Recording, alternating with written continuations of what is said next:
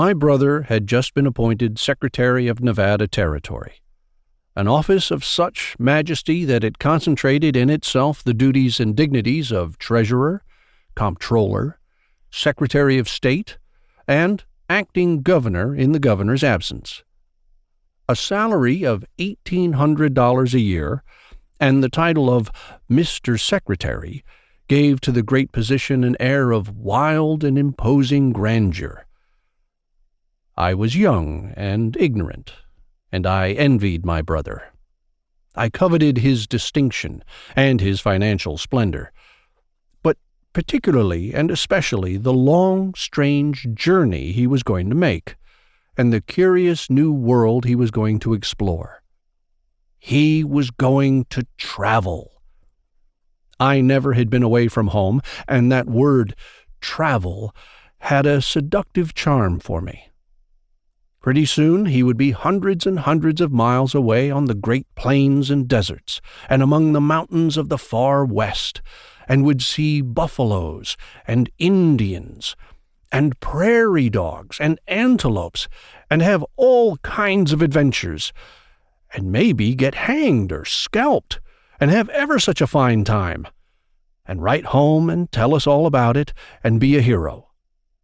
And he would see the gold mines and the silver mines, and maybe go about of an afternoon when his work was done, and pick up 2 or 3 pailfuls of shining slugs and nuggets of gold and silver on the hillside. And by he would become very rich, and return home by sea, and be able to talk as calmly about San Francisco and the ocean and the isthmus as if it was nothing of any consequence to have seen those marvels face to face. What I suffered in contemplating his happiness, pen cannot describe.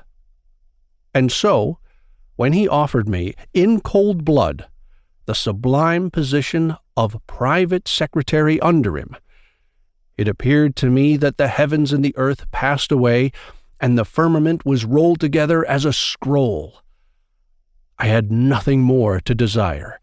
My contentment was complete. At the end of an hour or 2, I was ready for the journey. Not much packing was necessary, because we were going in the overland stage from the Missouri frontier to Nevada, and passengers were only allowed a small quantity of baggage apiece. There was no Pacific Railroad in those fine times of 10 or 12 years ago. Not a single rail of it.